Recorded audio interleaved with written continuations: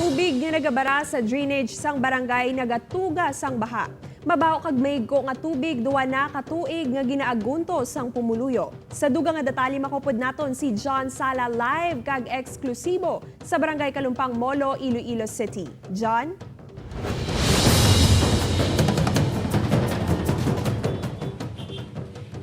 Kate, panawagan sang mga pumuluyo nga maaksyonan na ang tinuig nga problema nga ila ginaagwanta.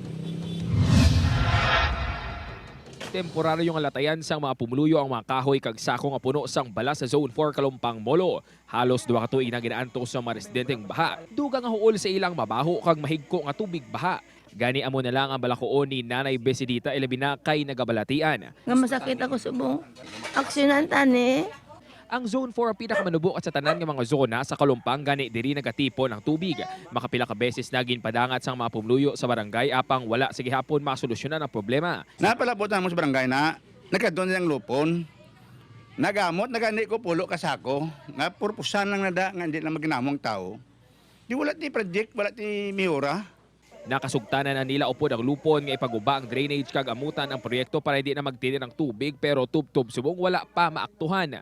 Sabat sang barangay. Nga barangay lang pirmi ang makutkot, ang matinlo sa ila drainage. In fact, hindi man na naton priority problem nga gin-advise ni Kap ninyo nga ipadiklag, hindi klag.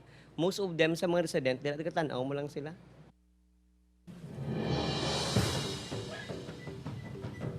Kate, hinyo man sa nga barangay officials nga magbuliligay lang kung tani ang mga pumuluyo bangod para manini sa ila ikaayo.